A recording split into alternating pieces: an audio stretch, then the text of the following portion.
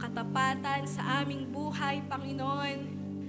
Hindi po namin mapantayan, Panginoon, ang inyong katapatan at pag-ibig po sa amin, Panginoon. Lord God, ang dami po naming pagkukulang sa inyo, Panginoon. Pero Lord God, patuloy po kayong nagiging tapat sa aming mga buhay, Panginoon.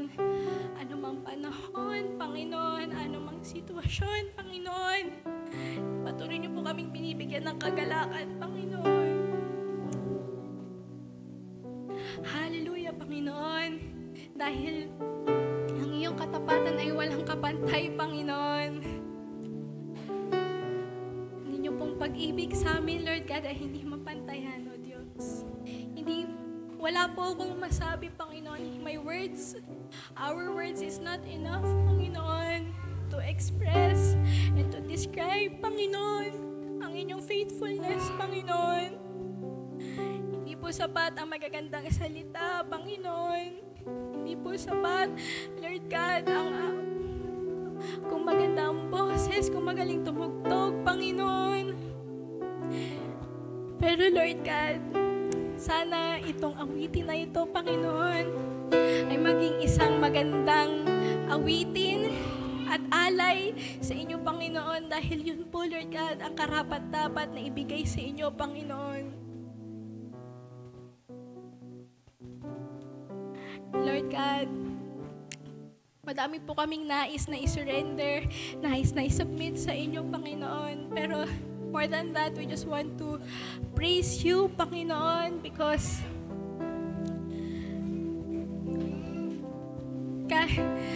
Lord God, you deserve it, Panginoon. And Lord God, ngayon, Panginoon, na nandito po kami, Panginoon, nawa, Lord God, ay maitaas ka po namin, makapaglagay po kami ng galak sa inyong puso, Panginoon, mag-glorify ka po namin, Panginoon. Bless this service, Panginoon. Bless everyone here in this room, Panginoon. Bless their hearts, Panginoon. And Lord God, inalalapit din po namin sa inyo, Lord God, ang aming pastor, Panginoon. Bigyan niyo po siya ng lakas at ng kagalakan, Panginoon, sa pagsiserve, Panginoon, Lord God. And sa aming pong mga programa later on this day, Panginoon, i-bless nyo rin po yan, Panginoon. At muli, Lord God, ibinabalik po namin sa inyo lahat ng papuri at pasasalamat. All we pray in Jesus' name. Amen and amen. Hallelujah.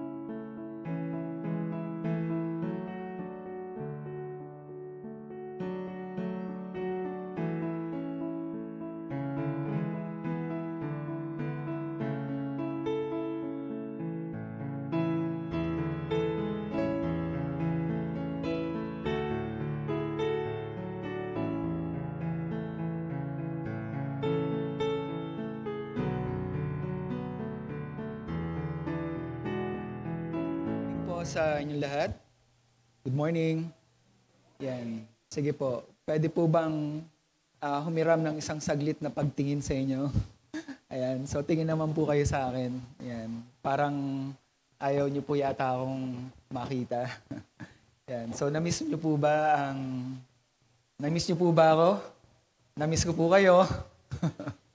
Ayan. Okay. So, mga kapatid, tayo po ay magpasalamat sa Panginoon. So, first and foremost, ang Diyos po ay mabuti po sa atin. Amen? So, wala po tayong dahilan upang ang Diyos po ay hindi po natin patuloy na pasalamatan, hindi po patuloy po na papurihan. And the very first objective kung bakit tayo pumupunta sa church is yes, to worship God. And the content of our worship is our gratefulness to the Lord. Are we grateful to God? Mga kapatid, are you grateful to God? So, ang Diyos po ba natin ay mabuti sa atin? Masasabi po ba natin na mabuti po ang Diyos kahit meron pong hindi magandang mga balita, hindi magandang pangyayari po sa atin pong mga buhay? Amen? So, that is a standard sa Christians, di ba? Yan po ay isa pong prinsipyo na atin pong pinangahawakan bilang isang mananampalataya. So today, nandito po tayo for that reason, upang sambahin, papurihan ang atin pong Diyos because we are so grateful to our God in all the things that He has done in our lives. At hindi pa po tapos ang Diyos sa atin pong mga buhay. Sa panahon po na ito, busy pa rin po ang atin pong Diyos. Hindi pa rin po siya natutulog, katulad ng sabi po ni Gary Valenciano sa kanya pong kanta. Hindi pa rin po nagpapabaya at hindi pa rin po nagkukulang ang atin pong Panginoon sa lahat po ng atin pong mga pangangailangan. So today, mga kapatid, let's just be grateful to our God. Hayaan natin, naturuan natin ang ating puso na maging mapagsamba at maging mapagpasalamat po sa Diyos. Sapagkat ang atin pong Diyos sa mga panahon po na ito ay patuloy na nakikipag-ugnayan po sa atin at ito ay sa pamamagitan ng kanya pong mga salita upang bigyan po niya ng katuparan ang lahat po ng kanyang mabubuting plano sa atin pong buhay. Ayon po sa aklat po ng Epeso, our God is a just God. He is a faithful God. Na ang mabubuting bagay na kanya pong pinasimulan sa atin pong buhay, ito ay kanya pong ipinagpapatuloy. At hindi lamang niya ito ipagpapatuloy, ito ay kanyang kokompletohin at ito po ay kanya pong tatapusin. So today, mga kapatid, tingnan po natin ang salita po ng Diyos sapagkat ito po ang paraan ng Diyos upang ang lahat ng naisin po niya, ng desire po niya, ng kanya pong kalooban sa atin pong buhay, ay tanggapin at matanggap po natin, maranasan po natin bilang kanya pong mga anak. So today, magpapatuloy po tayo in our series in the book of Romans. And dito po sa aklat po na ito, I am so much blessed. Before I start itong atin pong pag-aaral, I would like to testify that I am so much blessed because itong writings po na ito ni Paul contains yung kanya pong personal testimony as an individual person, a person who have depravity in his nature, may kabulukan sa kanyang pagkatao, a person who is struggling to live a kind of life na matagumpay. A person who desires to worship, to honor, and to glorify God. And for me, mga kapatid, that is also true to myself. Yan din po ang nais ko po sa akin pong buhay. At yan ang desire ng aking puso. And I do believe that every believer, ang lahat po ng mga mananampalataya, ay ito ang laman ng kanila pong puso. They want to honor, they want to worship, they want to glorify God. But we are a natural person. Yan po ang sabi po ni Paul dito sa Book of Romans. We are a natural man. A man who live in sin, but justified and freely justified by the grace of God. So today, mga kapatid, I want you to appreciate the grace of God that gives us that freedom, that give us that kind of life that leads to a kind of quality of life na desire at design ng Panginoon sa atin pong buhay. What is the kind of life na meron po ang isa pong mananampalataya?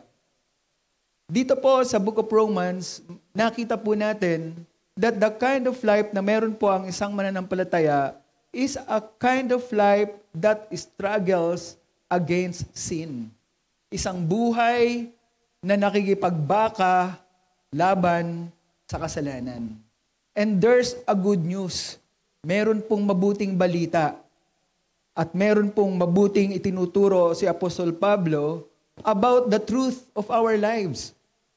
May mga katotohanan na itinuturo si Apostol Pablo dito patungkol sa struggling life po ng isang mananampalataya. It is true to him. Totoo yan kay Apostol Pablo. That's why he's testified his experience. Nagpatotoo siya ng kanyang mga karanasan dito. And I can also say na yan ay totoo po sa akin pong buhay. And I would like to say na yan po ay totoo sa atin pong lahat. At yan po ay kinapapalooban ng hindi lamang pagkabigo, hindi lamang pagkalugmok sa kasalanan, ngunit higit sa lahat, pagtatagumpay. Pagtatagumpay laban sa kasalanan at pagkakamit ng isa pong buhay that honors, that pleases, and glorifies God. So today, mga kapatid, samahan po ninyo ako in our next study about the power of sanctification in chapter 8. Nasa chapter 8 na po tayo sa atin pong serye ng pag-aaral sa aklat po ng Romans. So today, mga kapatid, as we continue, samahan po ninyo ako sa atin pong panalangin. Dumulog po tayo sa Panginoon. Humingi po tayo ng patuloy po na grasya po sa Diyos. Naniniwala po ako na meron pong mabuting layunin po ang Diyos sa atin pong mga buhay, and ang Kanya pong mga salita ang susi upang makamtan po natin ang mabuting bagay na nilalaan po sa atin ng atin pong Panginoon. Let us pray, mga kapatid. Father God, yes, Lord, first and foremost, we are so much grateful, aming Panginoon, because of what you have done and what you have been doing, Panginoon, for us and into our lives, aming Panginoon. Salamat po, O Diyos, sapagkat kami po ay nakatingin, aming Panginoon, sa amin pong pag-asa, sa amin pong hangarin, aming Panginoon, na kami po ay makapagbigay ng kaluguran at kaluwalhatian po sa inyo na amin pong Diyos. At yan po ay sa pamamagitan ng buhay na dinesenyo po ninyo sa amin, aming Panginoon. Sa buhay na dapat po naming lakaran in every day of our lives, aming Panginoon. That in our battle, Panginoon, in our search, in our quest, Panginoon, for success in life, aming Panginoon. O God, we pray that we may have this thirst and hunger for more desire, aming Panginoon, for more desire to honor you and to glorify you, aming Panginoon. More than anything else, O God, more than the desire of our heart, Lord, in the successes in this world, Panginoon. O God, give us a heart, Panginoon, and cultivate our hearts, O God, na ang amin po mga puso ay lumago at magkaroon ng mas malalim pa na paghahangad, Panginoon, na kayo po ay luwalhatiin, na kayo po ay hangarin, aming Panginoon, sa amin po mga buhay. Maraming pong salamat. Ingatan at pagpalain po nyo kami sa amin pong pag-aaral, sa inyo pong mga salita sa araw po na ito. Hinihingi po namin ang inyo pong banal na Espiritu na kami po ay Kanya pong patuloy na liwanagan, aming Panginoon, ng inyo pong mga salita. Pagpalain po ninyo kami, Panginoon, sa araw po na ito.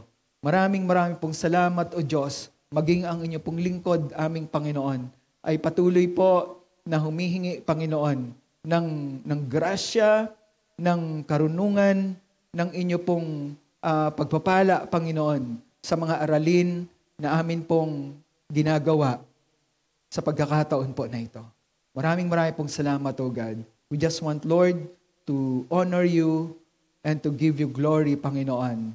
In all of these things, O God, we pray and we worship aming Panginoon, the name of our only Lord and Savior, Jesus Christ. Amen and amen. Purihin po ang Panginoon.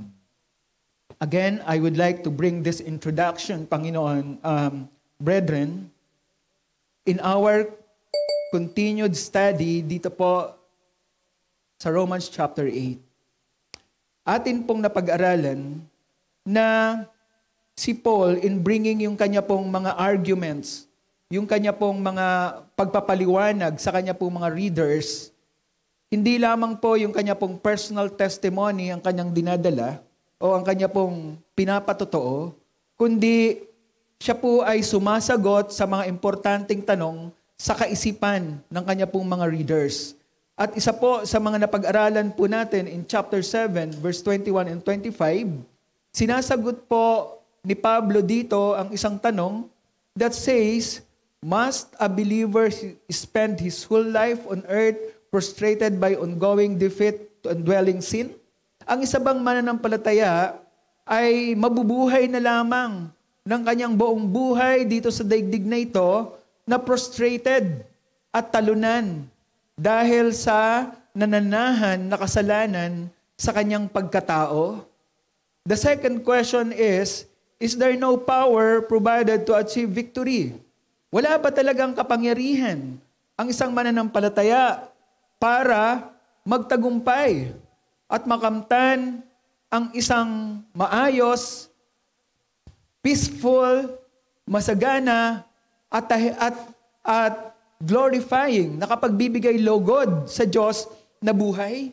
So, ang sagot ni Pablo dito ay no to the first question. Na ang isang mananampalataya ay hindi dapat nauubos ang kanyang buhay dito sa daigdig na prostrated at talunan ng kasalanan. And the second answer to the second question is yes. Yes, merong kapangyarihan na ibinigay ang Diyos to the believers for Him to overcome and defeat the call and desire of the indwelling sin. At ito po ay sa pamamagitan ng ministeryo ng banal na Espiritu through the indwelling Holy Spirit, which is the source of the divine power of every believer for sanctification and for a victorious life in a daily living. So yan po ang gist o summary ng atin pong pag-aaral dito po sa chapter 8, answering two important questions that we have as a believer in life. So today, mga kapatid, we are looking at again the empowered life. Ang buhay na makapangyarihan o binigyan ng kapangyarihan ng Diyos na magtagumpay. In verse 1 up to verse 11, na pag-aralan po natin last Sunday or the previous Sundays, that first, an empowered life have no more condemnation.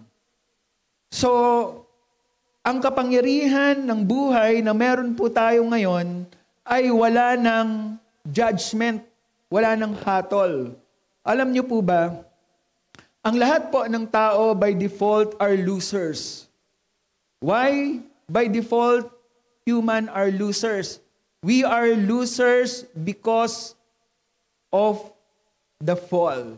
Nang dahil po sa pagbagsak ni Adam. And dito po sa Romans, na pag-aralan po natin, that because of the fall Adam, all men, lahat po ng salin lahi, lahat po ng tao ay nagkasala. So therefore, by default, all men are sinners, and because we are sinners, by default, we are losers. We are loser of what? We are loser of the designed life by God to His children. Talunan tayo na makamtan yung buhay na dinisenyo ng Diyos para po sa kanya pong mga anak. At ang isa po dyan, ang buhay po na makasalanan, na nahulog sa kasalanan, ang katumbas po niyan ay condemnation, judgment. Therefore, para tayong, ang judgment po ay para bang premyo na atin pong makakamtan at the end of our life, at the end of our journey. Nang judgment po na ito is not a crown, but hell, impyerno. Di po ba? That's why every human is bound to condemnation, to hell. That's why we are all losers. Kahit anong success, tagumpay mo dito sa mundo na to, if you are unbeliever, yun po ang naghihintay na reward para sa iyo, judgment or condemnation. But for all those who believe in Jesus Christ, in His death on the cross for the sinners, in His burial, in His resurrection after 3 days, there were no more condemnation for them. And therefore, automatic, from loser, we became winners. If we look at the Bible as a whole, believers are recipients of eternal reward. First, eternal life. Second, glorious rewards, crowns. Crowns because we live for the glory of God. Mga korona ng pagtatagumpay dahil nabubuhay po tayo ayon po sa panawagan po ng Diyos. Buhay that glorifies God. And that kind of life will end up as a winner. Na sa kanyang pagtatapos ng kanya pong karera sa daigdig po na ito, he will become a recipient not just of an eternal life, but a glorious state, a glorious nature, and a crown of rewards. So, that's why mga kapatid, since ang sabi po ni Pablo, ang lahat ng mga believers ay justified, declared righteous, and therefore stand in the grace of God, and not anymore under the wrath or the condemnation or judgment of God, and they now possess the eternal life, those who believe, ang mga mananampalataya kay Kristo, have already the unparalleled, walang kapantay na privilege of living life in the power of the Holy Spirit. So, an empowered life is through the power of the Holy Spirit. That's the most important point na nais po na malaman at maintindihan ng mga readers po ni Paul dito po sa Romans chapter 8. And that's also for us. So, an empowered life of the believers have the spirit of life in Jesus Christ. Meron na tayong spiritual life. When we were dead in our sins, according to Ephesians chapter 2, tayo din po ay dead in our spiritual life. That means we are dead in our spiritual life. We don't have spirit. We don't have spirit that gives life. Pero nung tayo po ay naging mananampalataya, we receive that Spirit, the Holy Spirit that gives life. That's why we have now that new spiritual life or the new spiritual nature that comes from the Spirit of life or from the Holy Spirit. And that Spirit sets the believers free. Pinalaya po tayo from terrors of condemnation. Wala na tayong pagkatakot na tayo po ay hahatulan ng walang hanggang kamatayan doon po sa impyerno. Wala na po tayong pagkatakot sa mga future na magaganap po sa atin pong buhay.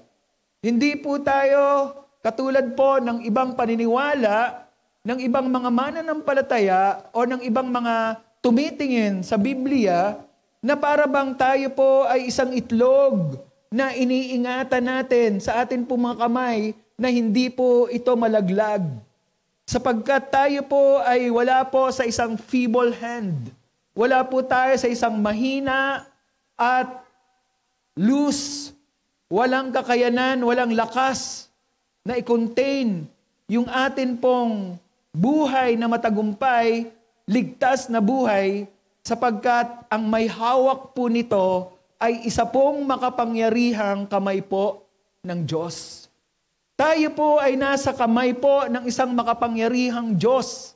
At ang sabi nga po ng aklat po ng Juan, no one can snatch us out from the hands of our God. Because there is no power, there is no kind of power on earth that can overpower the power of God. Because God is the most powerful God of all gods. He is more powerful than evil. He is more powerful than Satan that brings us death and sin. So yan po ang atin pong tagumpay. Yan po ang isang makapangyarihan or empowered kind of life. We are not anymore in condemnation. We have freedom from the power of sin in life. Second, in verse 5 to 8, napag-aralan po natin the previous Sunday, that an empowered life, our life as a believer, is not anymore dominated by our sinful nature.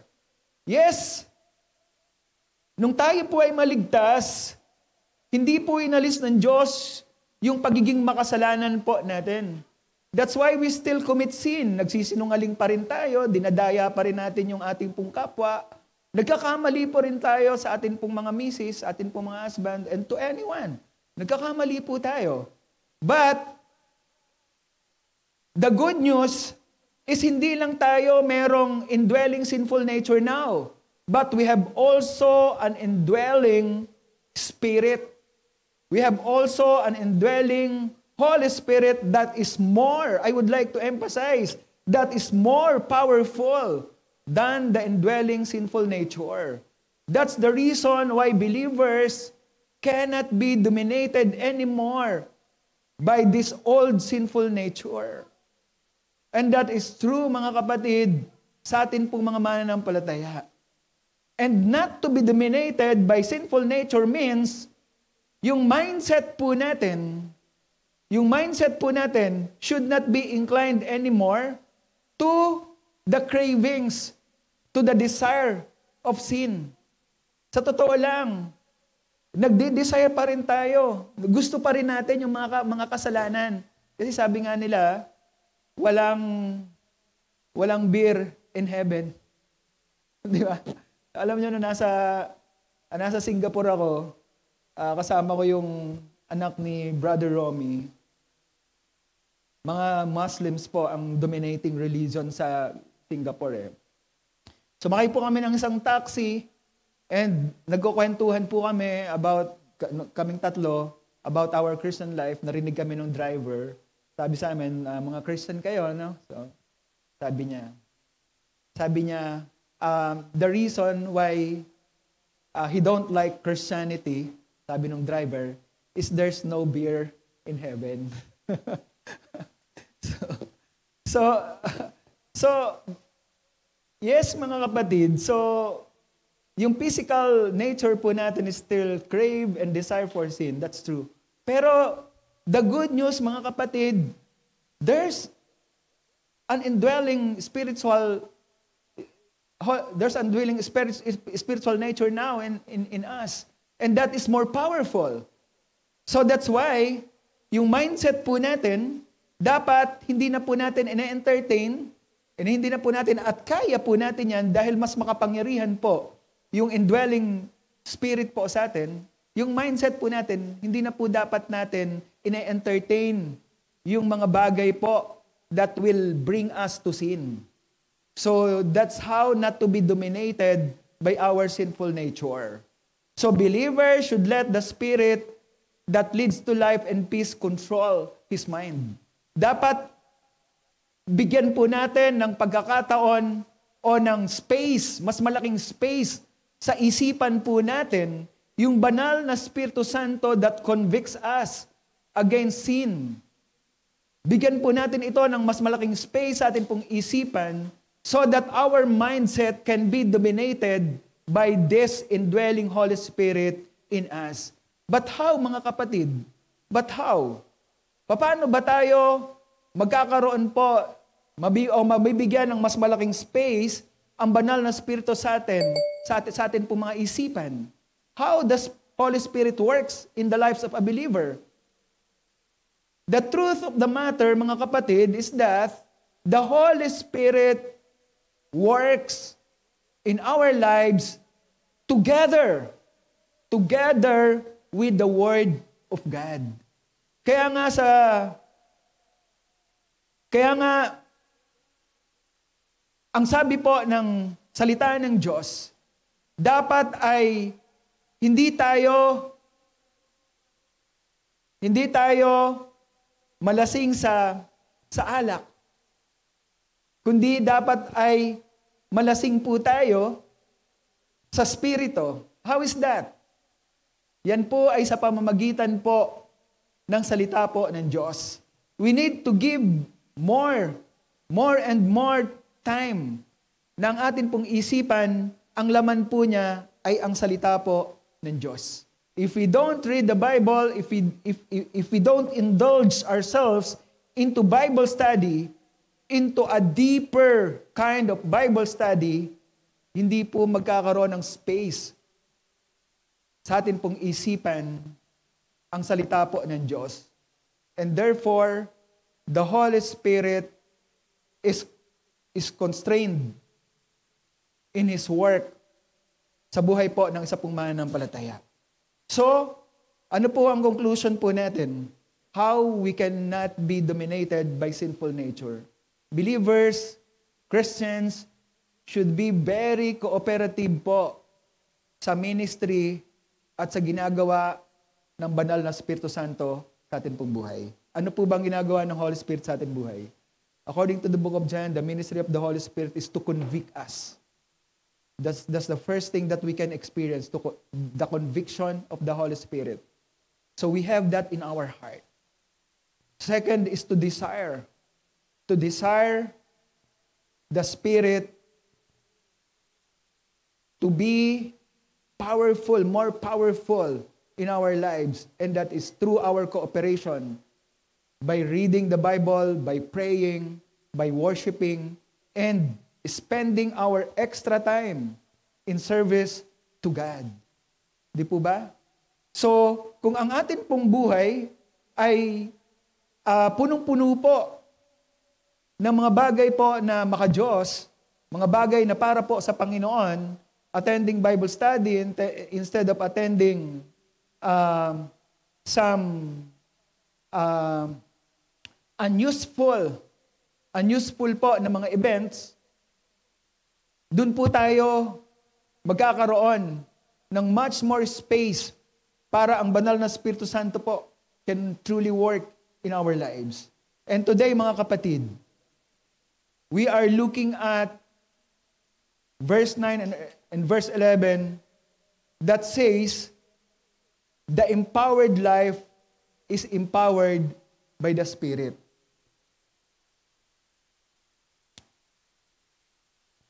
Meron po akong isang experience before I read yung atin pong scripture. Wherein ako po ay nagpe-present po ng akin pong presentation po in the management to justify a project or to get more budget for a project. So, I prepared too much. Ang ganda po ng preparation ko. I believe kompleto. Ilang beses naming ni-review. And at the end po, alam ko po na pagkatapos ng presentation ko, I can get an approval. But during the presentation, ang lahat po ay nakafocus po dun po sa akin pong presentation. And parang feeling ko, kumikinang yung kanilang mga mata sa tuwa or sa excitement, expecting something best dun po sa conclusion ng akin pong presentation. But, nagulat na lamang po ako because my laptop turned off. Namatay po yung akin pong laptop. Hindi ko po alam kung ano po ang akin pong gagawin. Hindi ko naman memorize yung aking presentation. So it so happened na yung akin palang laptop ay na-drain. Wala na pala siyang enough power, wala na siyang enough battery to sustain yung akin pong presentation to the last slide. And I can relate that to our Christian life, mga kapatid. Tayo po, maaaring ang buhay po natin, ina-expect po natin that our life is going smooth. Maayos, maganda po yung atin pong buhay. We are joyful on what is happening, on the blessings of God. Ninanamnam natin lahat ng pagpapala ng Diyos sa atin pong buhay. We enjoy the worship. We enjoy the service that we are giving to God. But we will just be surprised na sa pagdating po ng isa pong pagsubok, tayo po pala ay babagsak and we will be disqualified for the crown or for the race. So, we may be expecting na sustained tayo with power. May strength, may energy tayo. We are attending Bible study, araw-araw na nasa Bible study tayo, araw-araw, linggo-linggo nasa church tayo. But the truth of the matter, mga kapatid, is we are not truly connected to God. And that is a very dangerous if that happened to our lives. Akala natin okay lahat. Akala natin okay tayo sa Diyos. Pero sa totoo, hindi pala tayo truly connected po sa Diyos. What do I mean by we are truly connected to God? Hindi pala tayo personally nakakaugnay po ng Diyos. Wala po talaga tayong tunay na pakikipag-ugnayan sa Diyos when we do our Bible study. That the Bible study, yung ganda ng itinuturo ng pastor, yung ganda ng mga natututunan po natin, are all just additional head knowledge. Kaya ang sabi nga po ni Paul sa mga taga-Corinthians, di ba? Knowledge pop off. So ang knowledge po, although sabi ni Ernie Baron, is power, it pops off. Anong ibig sabihin? Ito ay parang isang lobo na bigla na lamang itong magpa-puff up, puputok, magiging useless. So that kind of knowledge is useless because there's no power in that kind of knowledge. Because the power does not come truly and alone from the knowledge. Where does power truly comes from? It comes from the empowerment of the Holy Spirit. Diyan po nanggagaling sa banal na Espiritu Santo ang tunay po na kapangyarihan at kalakasan po ng isa pong mananampalataya. So, be careful. Be careful po na tayo po sa panahon po na ito, we may think that our personal relationship with God is okay, but the truth of the matter is not. Kaya, i-inventaryohin niyo po ang sarili ninyo. Titingnan po natin ang atin po mga sarili, magkaroon po tayo ng personal accountability po, wherein tayo po ay nagiging honest po sa Panginoon in all of our struggles in life. Maaring inaakala po natin na yung kasalanan natin, okay lang, maliit lang to Lord. Pero mga kapatid, a small and big sin are just like small stone and big stone that when we drop it to water, it goes at the bottom. Amen? So, yan po ang application na nais ko po na tingnan po natin sa atin pong pag-aaral. So today, tingnan po ninyo ang sinasabi po ng salita ng Diyos. Ang sabi po, I will read it in Tagalog, sabi dyan, ngunit hindi na kayo nabubuhay ayon sa makasalanang pagkatao, kundi ayon na sa patnubay ng Espiritu. Kung totoo ngang nananahan sa inyo ang Espiritu ng Diyos, kung wala sa isang tao ang Espiritu ni Kristo, siya'y hindi kay Kristo. Ngunit nasa inyo na si Kristo. Mamatay man ang katawan ninyo dahil sa kasalanan, binubuhay naman kayo ng Espiritu dahil tinuring na kayong matuwid ng Diyos. At kung nananahan sa inyo ang Espiritu ng Diyos na muling bumuhay kay Kristo, siya rin ang magbibigay ng buhay sa inyong mga katawang namamatay. Gagawin niya ito sa pamamagitan ng kanyang Espiritong na nananahan sa inyo. An empowered life by the Spirit. Ito po ang atin pong pag-aaral sa umaga pong ito. The first thing that we need to see, dito po sa mga verses natin pong pinag-aaralan, in verse 9 says that believers are not controlled by sin, but by the Spirit. Yan po ang sabi po sa verse 9. However, you are not in the flesh, but in the Spirit. So, you are not in the flesh means not controlled by the sinful nature. Flesh means sinful nature. In verse 9, dito po, Paul pointed out that believers are indwelt by the Holy Spirit. Do not be confused, mga kapatid, by the conditional word if.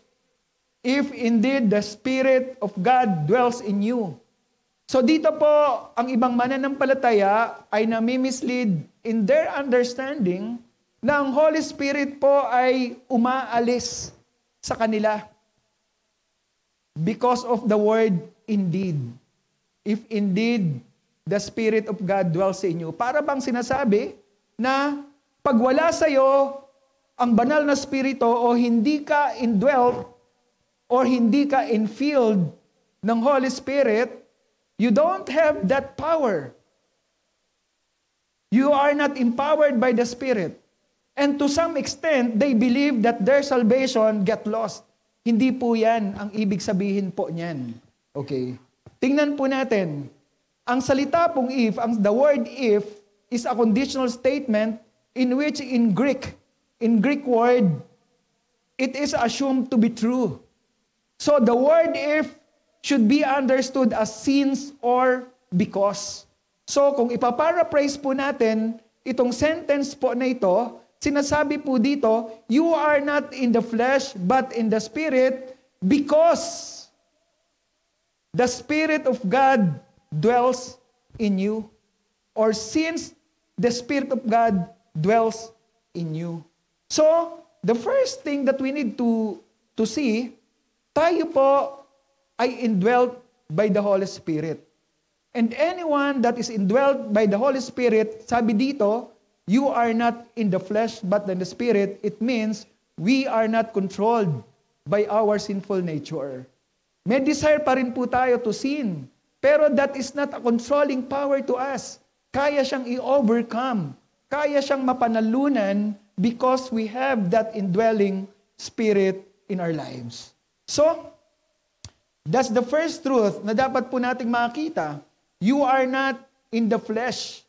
So, believers are not are indwelt by the Holy Spirit because we have received that Holy Spirit upon our salvation. Nung tayo po ay maligtas, tinanggap po natin ang banal na Espiritu Santo. Therefore, ang mga mananampalataya, they live in spirit.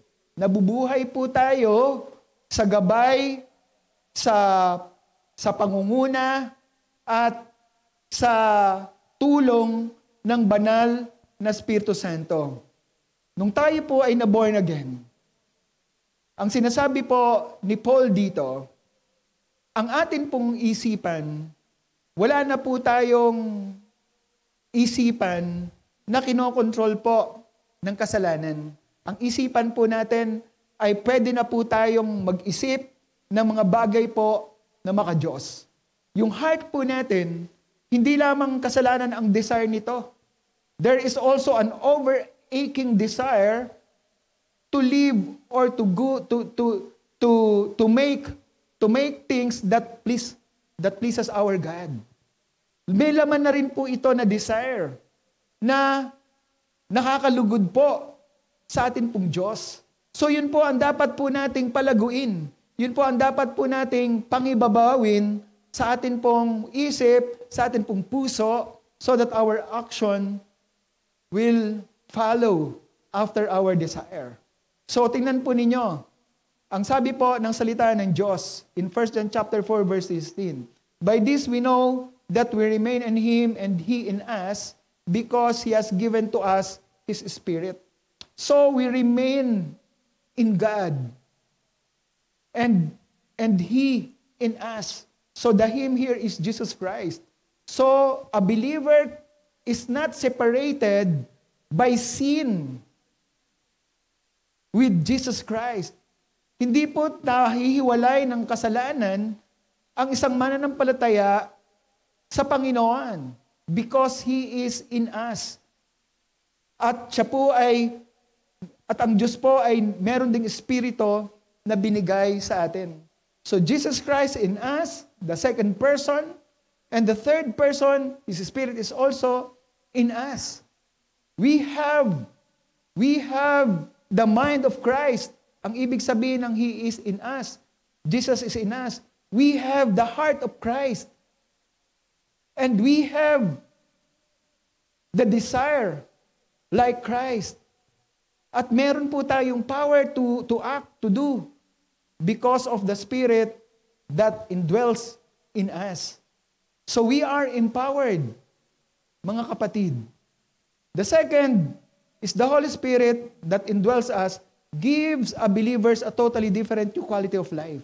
Tandaan natin, sabi po sa 2 Corinthians chapter 5 verse 7, if anyone is in Christ, this person is a new creation. We are not just a new creation. So that's only the one side. The other side of our nature, of our new human nature or spiritual nature is the old things pass away. Wala na po tayo sa mga priorities po natin sa daigdig na ito. Ang priorities po natin ay hindi na po ang mga bagay po sa daigdig na ito, the old things. Dumating na po sa atin yung mga new things. Mga kapatid, itong things po na ito, pag binalikan po natin ang Book of Genesis, the creation. Di ba ang sabi po doon, all things were created by God. Di ba? At ano po ang bilin po ng Diyos kay Adam tsaka kay Eve? Di ba? To administer all things. Di po ba? All things, lahat ng bagay sa mundo. All things, sila ang administrator. They are empowered to administer. They will manage, they will rule. Sila ang magru-rule. But look at our life today. Who rules our life? It's different now, baliktad na. These things now rules the life of every person. Di ba? How these things rules our lives. Andun na po kasi yung values natin eh. Andun na po yung priorities natin, andun na yung time natin eh. We put more of ourselves to these things. Di ba? We put more of our mind to these things. Hindi na tayo makakatulog, kakaisip, paano ko ba to gagawin? So, we became slaves now of our work. We became slaves now of our boss. Sa totoo lang, mas takot tayo sa boss natin. Di po ba? So pagka tumawag yung boss natin, nanginginig pa tayo. Naalala ko po yung supervisor namin, napapaihi pa siya sa takot mo to sa dating po naming boss. Tawag namin sa boss namin, biyason, kasi ang bagsik eh. Kaya pag nagpatawag ng meeting, yung may supervisor siya, napapaihi talaga sa pantalon sa takot eh. Di ba? Na talagang pag pinagawa tayo ng presentation, talagang kahit hindi na natin oras, magdamag, gagawa tayo eh. Pero pag pinagawa tayo ng pag pinagawa tayo ng para sa Panginoon, di ba? So, baliktad, mga kapatid. These things now rules our life. It should not be. Di ba? So, we are not just a new creation. Those old things, ang ibig sabihin, those things na dapat ay hindi na natin, those things na umahad lang po sa atin, dapat pinalampas na natin yan. Wala na dyan ang priority natin. Ang priority natin are the new things. What are the new things? The heavenly things, the spiritual things. So yun na po dapat ang priority po natin sa atin pong buhay. Verse 10 says, if Christ is in you. Ano nga ang ibig sabihin ng if? Because or since. So if Christ is in you, since or because Christ is in you, though the body is dead because of sin, yet the spirit is alive because of righteousness. So, the spirit is alive because of righteousness. Yan po ang sinasabi po ng verse 10. Ano po ang ibig sabihin po niyan sa atin? That we have now the spirit that is alive in us because of righteousness. Nasa atin na po ang banal na Espiritu Santo because we are already righteous in God. Na-explain ko na po sa inyo yung nature of God. Di po ba? God has no eyes for evil. Kaya nga po, din po sa Old Testament, ang sabi po na Isaiah, di ba? Hindi po kayang tingnan po ng Diyos ang mga makasalanan. Kaya nung ipinako po ang Panginoong Kristo doon po sa krus, lahat po ng kasalanan ay inilagay po sa Kanya. Di ba? Binata ng Panginoon. He took all the sin of the world. Kaya doon po sa last 7 words po ng Panginoong Kristo, sabi niya, my God, why have you forsaken me? Because the eyes of God cannot look at sin. There's no more righteousness na nakikita po ang Diyos sa Kanya pong begotten Son. Ang nakikita na po niya ay kasalanan. There's no more righteousness. Wala na pong kabanalan na nakikita po ang Diyos kay Kristo. Kaya feeling po ni Jesus Christ, God have forsaken Him. And because we receive justification, we became righteous at the eyes of God. Naging matuwid tayo. Tayong mga makasalanan, naging matuwid tayo. Naging banal tayo sa paningin po ng Diyos. Because of what? Because of the imputed righteousness of Christ. Nung tinanggap po natin si Kristo, yung righteousness po ni Jesus Christ was imputed to us. At yun na po ang nakikita po sa atin ng Diyos ngayon. We are righteous at the sight, at the eyes of God because of the imputed righteousness of Christ. And why? And that's the reason why the Spirit lives in us. In a sinner, sa isa pong unbeliever, there's absence of the Holy Spirit. Amen? Wala po ang banal na Espiritu sa kanya because any unbeliever is sinful to the eyes of God. He cannot look at, he cannot dwell.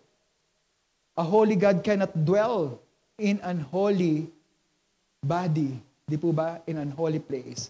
So, that's the reason, kaya sinabi po dito, the Spirit is alive because of righteousness. And because there's righteousness in us, there's a Spirit in us, a believer now have a better life to live. We have now a better life to live. To live a life for Christ. A life of glory. So yan na po. Ang mananampalataya ay meron na pong buhay, a kind of life to live. A life for God's glory. Kaya tayo pong mga mananampalataya, believers, we are living in glory. because there's righteousness now in us. We have freedom to live a life in worship in God's glory.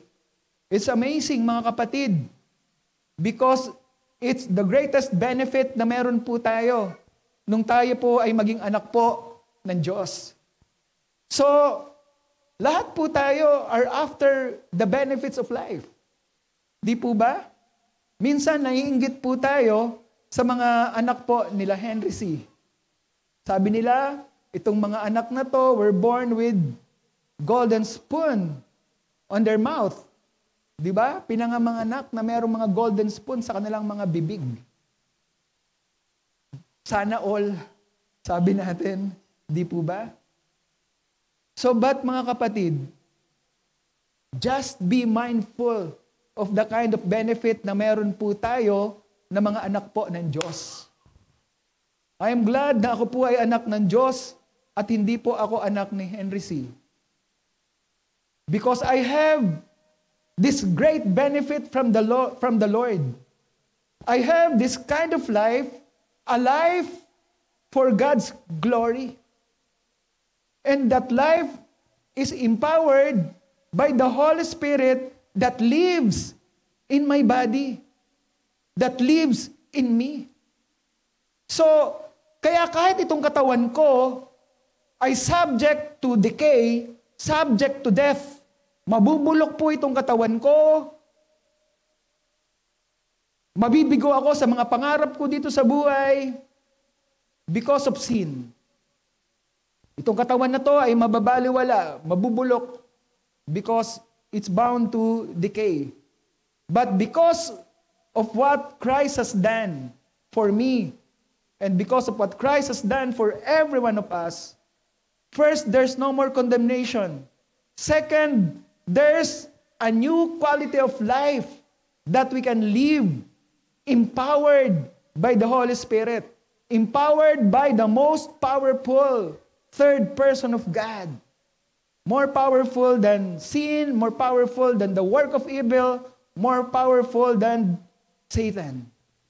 All of the challenges in our lives, hindi po natin kaya pong mapagtagumpayan. Because most of the challenges of our lives are brought by evil.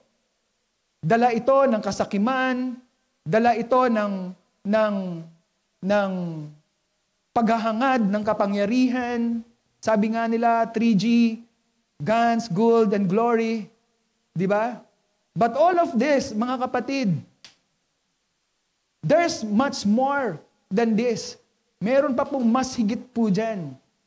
Meron pang mas higit sa gold, may mas higit pa sa kapangyarihan, may mas higit pa sa earthly glory. And what is that? Our life that is glorious in Christ. Ang buhay po na ipinangako po ng Diyos sa atin pong, sa bawat isa po sa atin. Although that's future, but today, mga kapatid, we can exercise the kind of life we have freedom. We have freedom to live in worship in God's glory. Yung experience po natin sa pagsamba, when we truthfully worship God intimately, hindi po yun mararanasan ng kahit sino paman na hindi po anak ng Diyos. It's only designed and privileged for the children of God. Yung saya, yung tamis po ng buhay na nararanasan po ng hindi mananampalataya dito are not greater than the sweetness of our experience in time of our intimate worship. Yung success na meron po tayo sa daigdig na ito are not greater than what God can do in our lives. Pwede po tayong pagtagumpayin po ng Diyos whatever careers we desire in this life. But remember, mga kapatid, that God always work in accordance to His attributes. Hindi po tayo bibigyan po ng Diyos ng isang tagumpay that will bring us to destruction. Hindi po tayo bibigyan po ng buhay ng Diyos na matagumpay kung tayo po ay anak ng Diyos. That will not glorify Him. First and foremost, we need to understand that one of the attributes of God is glory. He works in our lives for His glory. Kaya, kung prostrated po tayo sa mga prayer life po natin, na Lord, bakit naman, buti pa yung, hindi mananampalataya Pero ako, Lord, di ba? If you have that kind of grudge with God, kalimutan niyo po yun, mga kapatid. Kung hindi po natin nakakamtan po yung mga aspirations po natin, natagumpay po sa daigdig po na ito, huwag po tayong malungkot. Kaya ang sabi po ni Paul, be joyful, rejoice, even in suffering. Because even suffering are designed by God for every believers for His glory. Aanhin po natin ang buhay po na desire po natin na hindi naman po ito makapaghahatid po ng kaluwalhatian po sa Panginoon, but instead, it will bring us to a distracted life. Isang sira po na buhay. So, contentment, satisfaction can be found fully in the life with Jesus Christ. Sa buhay po nakasama ang Panginoong Jesucristo. The third point is in verse 11, sabi dito, but since the spirit of Him, ginagawa ko na pong since or because yung if kasi in Greek word yan po yun, but because the spirit of Him who raised Jesus from the dead dwells in you. So ito po ay isa pong proof text na upon salvation, we are indwelt by the Holy Spirit. He who raised Christ Jesus from the dead will also give life to your mortal bodies through His Spirit who dwells in you. So this is an eternal promise of God to every believers that we can look forward to. Di po ba? Most of the time, tayo po mga mananampalataya, hindi ko po ito sinasabi in a negative sense. Okay? When I say this, mga kapatid, huwag niyo isipin that I am saying this in a negative sense. So, at ito po ang sasabihin ko. Most of the time, tayo po, kahit mga mananampalataya po tayo, ang taas po ng mga pangarap po natin, di po ba? Kaya nga po tayo, nag-aaral na mabuti, yung mga anak, pinag-aaral po talaga natin, gusto natin sa pinakamagandang eskwelahan po sila, because we want the best for them.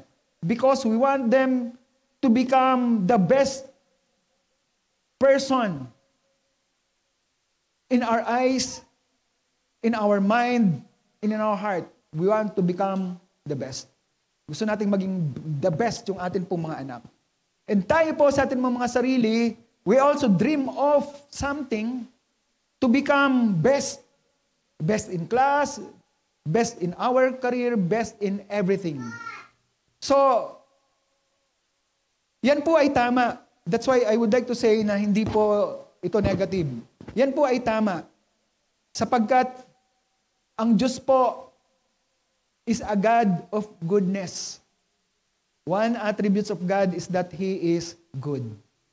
He is our Father. He is our Father. And every father, may pangarap po siya, meron po siyang gusto na mabuti para po sa kanya pong mga anak. Tayo po mga tatay, ganyan po tayo because our God, the Father, is like that. And because He is in us, that's the reason kung bakit may ganyang puso din po tayo. Tama po tayo na mangarap. Okay? But mind you mga kapatid, that all of these dreams, aspirations in life, mga kapatid, it will remain on earth. May iwan po yan lahat dito po sa lupa. Maganda po na hindi lamang yan ang atin pong pangarapin. Maganda po na ang pangarap po natin ay ma-redefine po natin, not I'm saying that removing all of this aspiration, all of them, but ma-redefine po natin ma-redirect po natin yung purpose. It's a matter of repurposing the desire of our heart. That all of these dreams are not for myself, it's not for us, it's not for your benefit. But all of this dream, Lord, I dream of the best for me to become the best of me for your glory. Mangarap po tayo ng pinakamabuti sa atin pong sarili, ng pinakamabuti para sa atin pong mga anak, for the glory of God. Sapagkat hindi po nais ng Diyos na manatili ang atin pong mga kaisipan sa mga bagay lamang sa daigdig po na ito. That's the reason bakit merong verse 11. Dito po si Paul, habang tinatakel po niya yung verse 10. Yung verse 10 po is all about your life here on earth. Ngunit hindi po nagtapos doon si Paul. He continued to verse 11 saying, how about your life after your life here on earth? Yun po ang flow ng discussion po dito ni Paul. Sabi niya, first, wait. You are a Christian. You are justified. You have the Holy Spirit. Therefore, you're not controlled by the flesh anymore. Or you're not controlled anymore by the Holy Spirit. And because of that, your life now should be a life for God's glory here on earth. Yun po ang sinasabi po ni Paul. But there's more. It's not just, your life is not just to live in glory for this earth. Because your life also have to look at forward. Because there's something that awaits you there. May naghihintay sa'yo doon. Kaya ang sabi ni Paul, since the Spirit of Him who raised Jesus from the dead dwells in you, He who raised Jesus Christ from the dead will also give you life to your mortal bodies.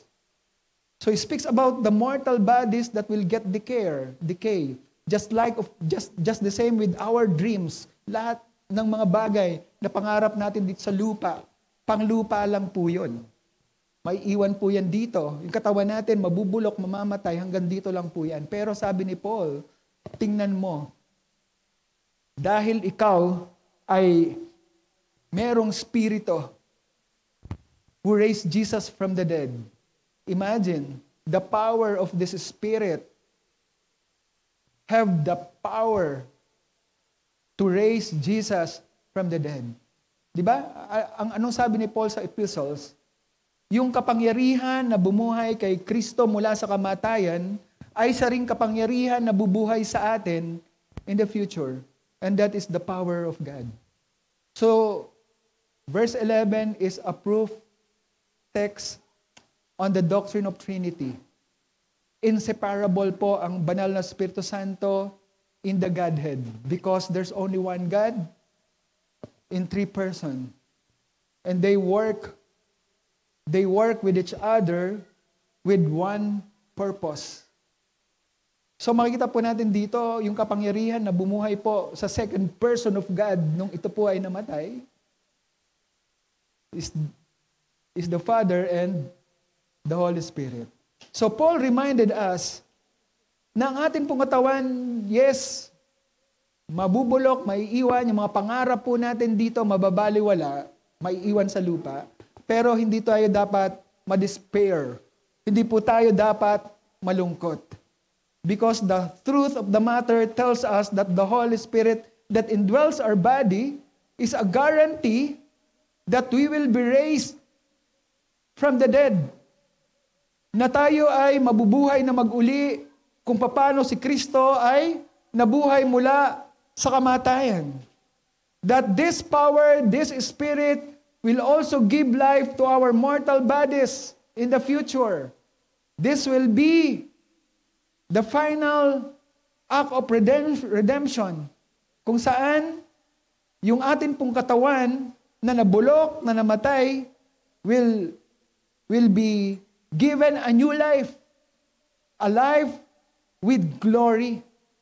Isang buhay, isang katawan na merong kaluwalhatian, katulad ng katawan ng ating Panginoong Kristo. So what's in it for us? Ano po yan para sa atin, mga kapatid? Dito po sa atin pong battle, struggle, sa buhay po natin bilang isang mananampalataya, bilang anak po ng Diyos. Huwag po tayong ma-discourage. Yan po ang sinasabi po ni Paul. Kung ang buhay po natin, iniwan na po natin yung old past life po natin, huwag po nating panghinayangan yon. Huwag po nating panghinayangan yung old past life po natin. Kung yung mga resources po natin, yung pera natin, yung oras natin, yung strength natin, yung talent natin, yung skills natin, whatever we have, huwag po nating panghinayangan po yon. Maging yung katawan po natin na ibinibigay po natin sa paglilingkod po sa Panginoon, huwag daw po nating panghinayangan yon. Dahil kahit mabubulok yon or mababaliwala lahat yon, ay meron namang promise po ang Panginoon that even our dead body, yung katawan po natin na bubulok, ay bubuhayin muli in glory. And therefore, it's the same. It goes the same, mga kapatid, na yung mga oras, pera, resources, talent, skills, whatever we give to God for His glory, yung works, whatever works that we did for Christ, for the sake of Christ, lahat yun hindi mababaliwala. Because there's a better promise of eternal life in glory. Maaring kayo po, mga kapatid, and I can see this, mga kapatid, in some or in many of believers who truly love Jesus Christ. Nakita ko na po ito. Sa maraming mga mananampalataya na umibig ng husto sa atin pong Panginoong Kristo. That instead of pursuing yung kanila pong career as an engineer, when they were called for service, they quit their job, they go full-time in the ministry, serve the Lord. Marami na pong estudyante akong nakita when I was in Phoebias, mga estudyante na nag-change ng course. They changed their directions in life. Their dreams to become a doctor became a dream of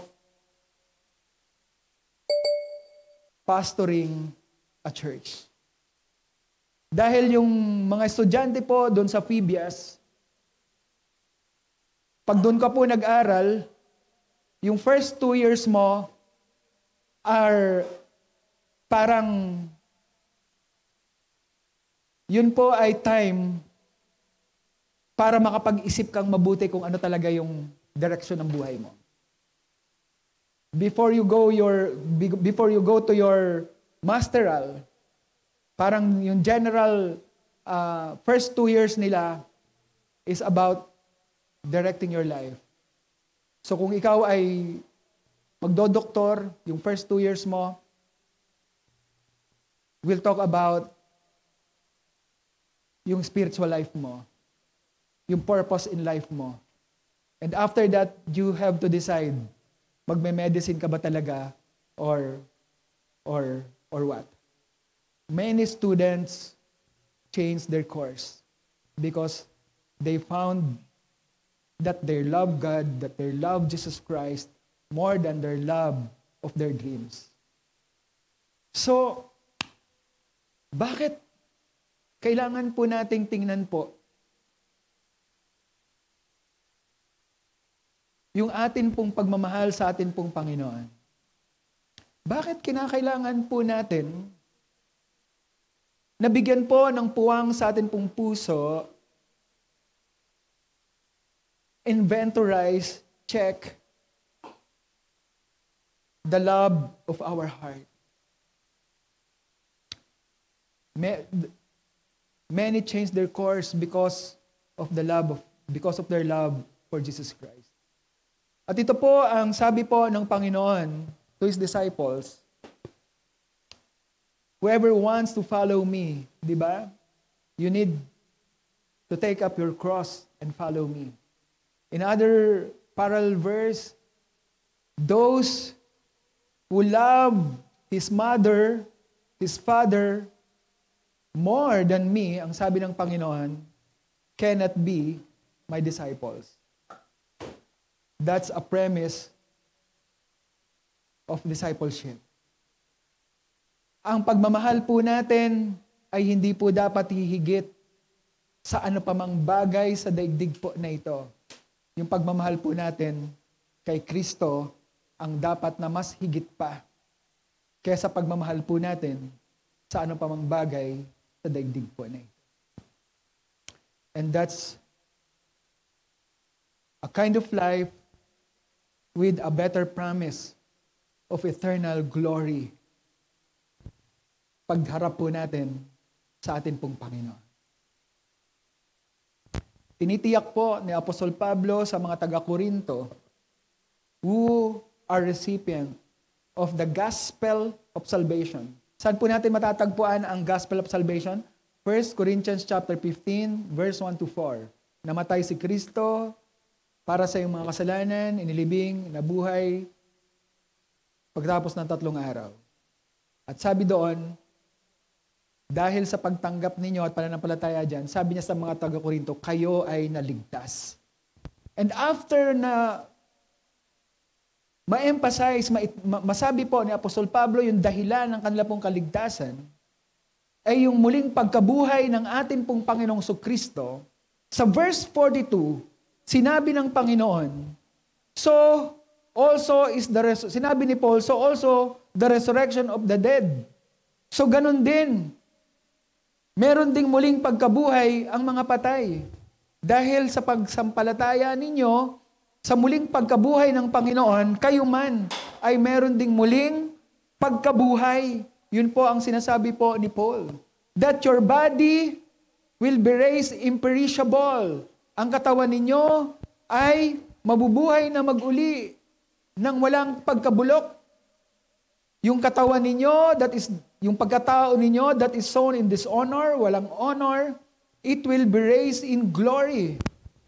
Yung kahinaan ninyo, yung pagkatao ninyo that is sown in weaknesses, it is raised in power. So that's the promise of God for every believers, sa lahat po ng mga mananampalataya. And that's a promise that we need to look forward to, so that our lives in earth, so that we can live our life here on earth with a kind of empowered life through the Holy Spirit. So today, mga kapatid, let's embrace itong katotohanan po na ito, that our lives are empowered by the Holy Spirit because we are indwelt by the Holy Spirit. So we live for God's glory because that Spirit gives us a totally different quality of life. A totally different quality of life. What does it mean? It is a life that lives in peace with God, that lives in a controlled by the Holy Spirit against our sinful nature, a kind of life that crave, nagnanais, nagde-desire to live a life that honors God. So, let's enjoy yung benefits po, yung freedom po to live in a worshipful lifestyle. So what lifestyle do we have now? Meron po tayong buhay that we can enjoy. That is a worshipful lifestyle, a life honoring and glorifying God. In our easy life, mga kapatid, minsan madali ang buhay po natin. Minsan masaya. Pero minsan struggle din. Di ba?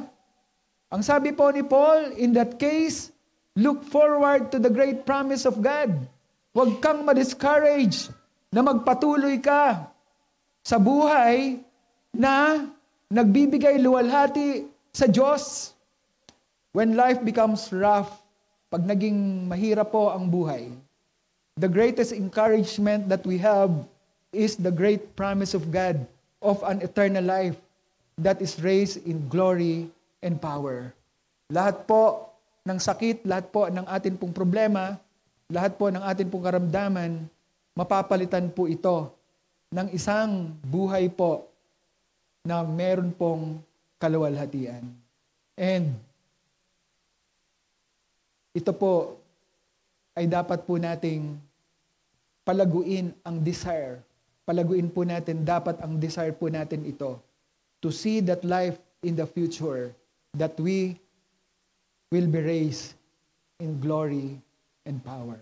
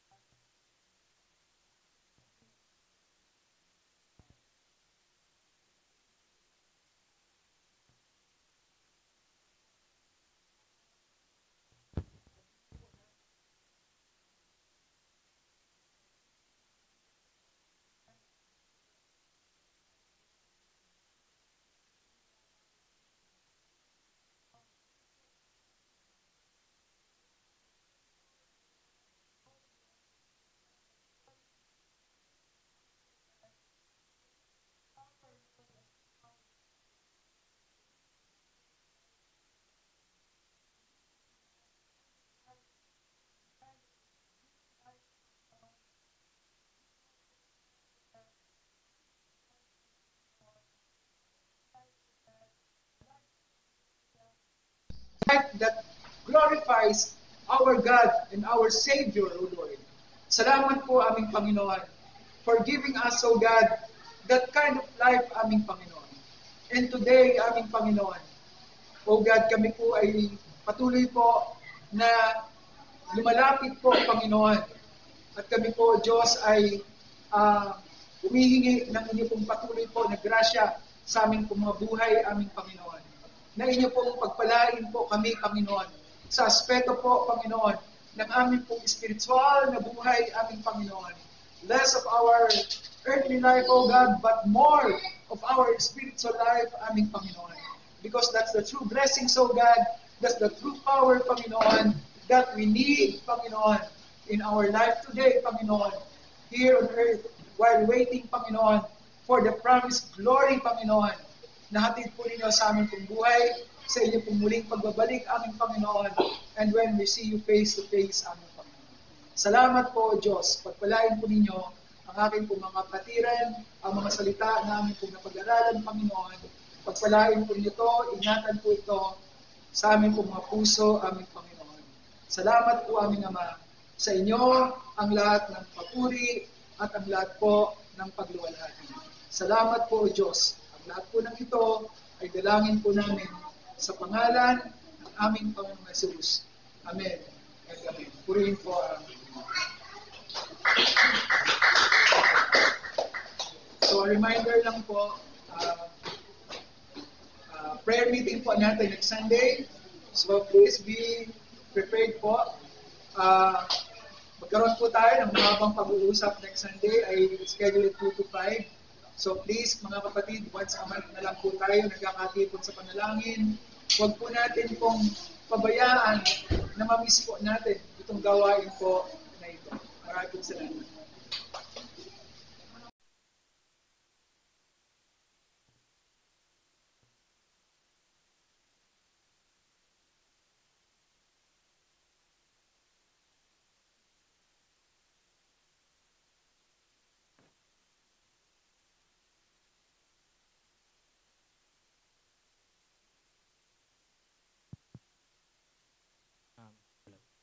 Hello. Let's pray po for our offering po.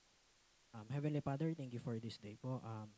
May you bless all of us, Lord, para po sa pang-araw-araw po namin na ginagawa sa buhay, Lord. And bless every one of us po upang mas lumago pa po ang buhay ng bawat isa po sa naming mga nananampalataya sa inyo, Lord.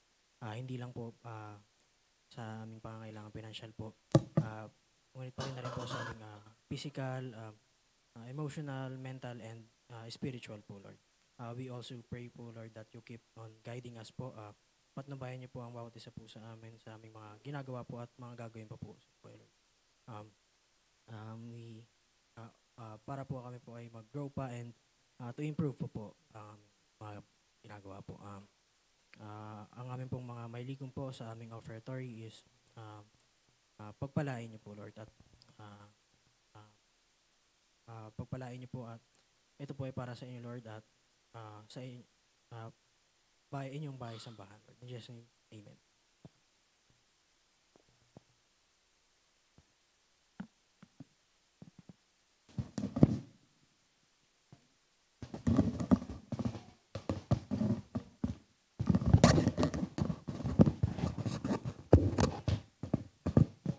Sorry. Okay, mga kapatid, so habang tayo po ay nagkakalob, can we all stand, mga kapatid, and let's end in our service in a worship. Pwede po ba nating inayahan po muli ang atin pong praise and worship team at awitan po nating muli ng pagsamba ang atin pong Panginoon. Hallelujah. Let's worship the Lord, mga kapatid. So kulang po yung atin pong oras upang sambahin po natin ang atin pong Panginoon sapagkat masarap po ang pagsamba sa atin pong Diyos. Amen? So, totoo po ba na masarap po ang pagsamba po sa Diyos? Amen? Sige po, minsan pa ay sambahin po natin ang Diyos at patuloy po nating purihin po ang atin pong Panginoon. Let's be grateful to God. Hallelujah. Thank you, Lord, once again, Panginoon, for the privilege of worship, aming Ama.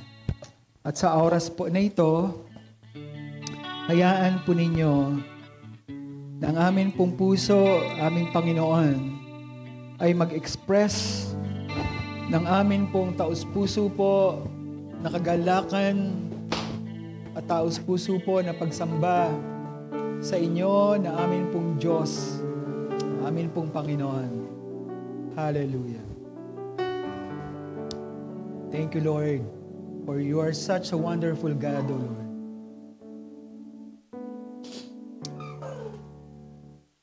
Diyos, tunay at dakila, ibig mo'y wagas at walang kapantay sa aking buso, sa aking buhay, papurit pagsambay,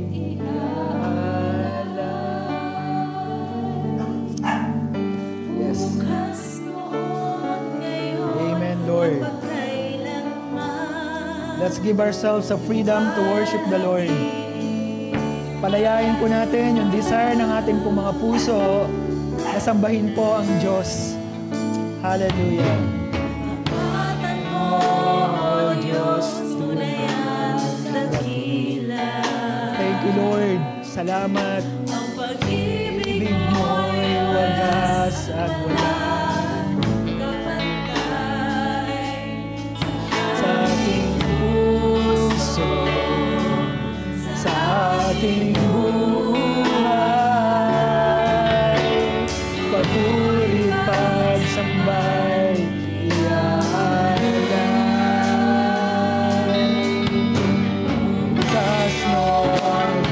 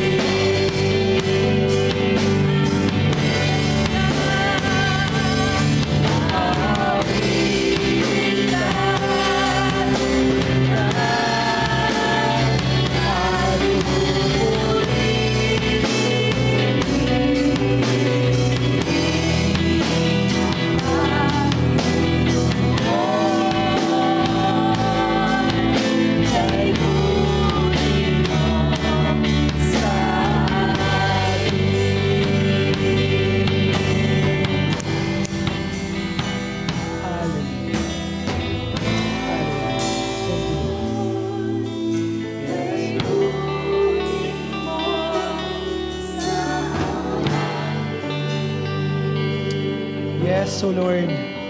Hallelujah. Yes, O God. Thank you, Lord, for you are such a wonderful God, Lord. Thank you, Lord. Hallelujah.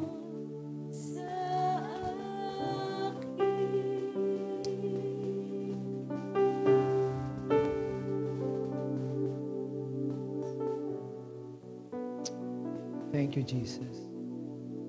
Thank you, Lord. Heavenly Father, marami pong salamat, aming Diyos, for the privilege of worship and for the benefit, aming Panginoon, that we have, O God, because of all the things that you have done in our lives, aming Panginoon. Salamat po, aming Ama, sapagkat kayo po ay mabuting Diyos sa amin po mga buhay.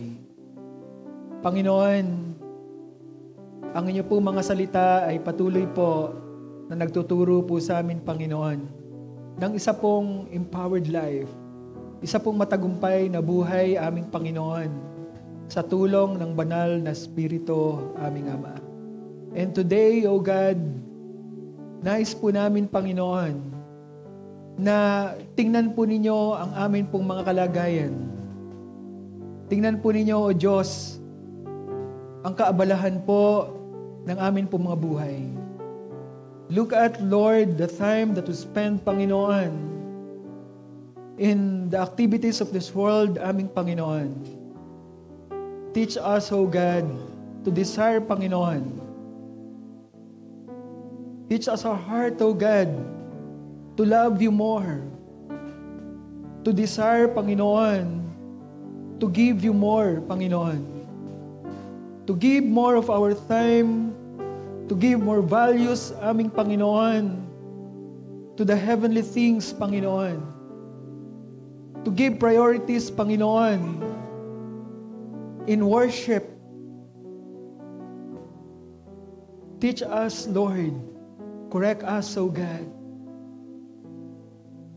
Sa maraming pagkakataon, O Diyos, nagkakamali po kami in our dispositions in life, aming Panginoon. Correct us, O God. Tingnan po ninyo ang amin po mga pangangailangan, Panginoon. Allow us to enjoy, O God, the life, O Lord, that lives in the leading of your Holy Spirit, aming Panginoon. Allow us, O God, to rejoice even our lives, O God, are in difficult times. Even in our struggles, Panginoon, teach us, Lord, to rejoice. Because there is truth to rejoice, aming Panginoon. Because we have your Spirit, O God, we have so many reasons to rejoice. And because of the power, Lord, that lives in us through the Holy Spirit, Panginoon, we have a life, a victorious life that we can enjoy, a life that pleases you, a life that honors you, Panginoon, a life that gives glory to you, aming Panginoon. Sa amin pong paglabas, Panginoon, sa pananambahan po na ito,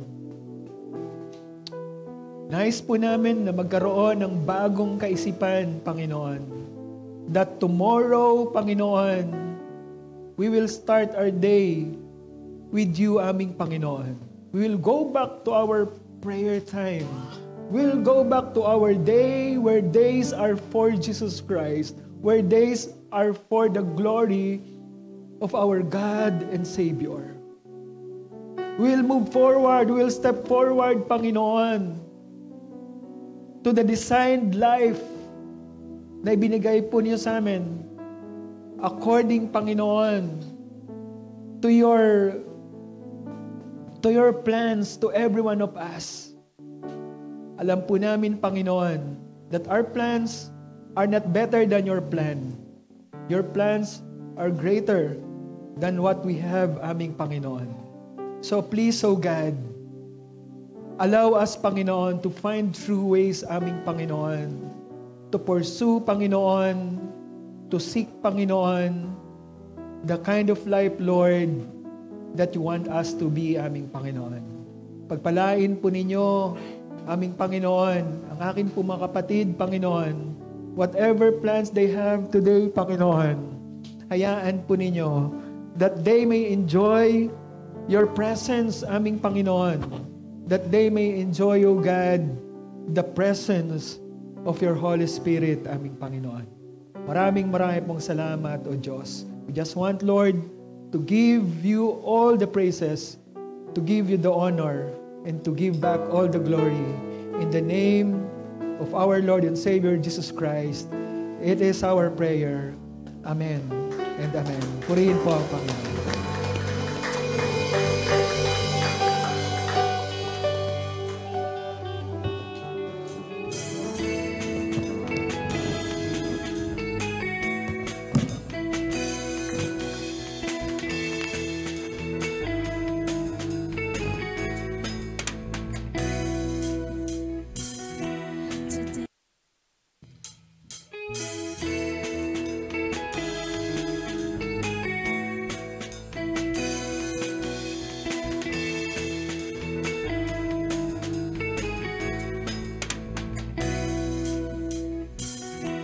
Today is the day to celebrate, the time to be with you, just to be praised in gladness, your grace.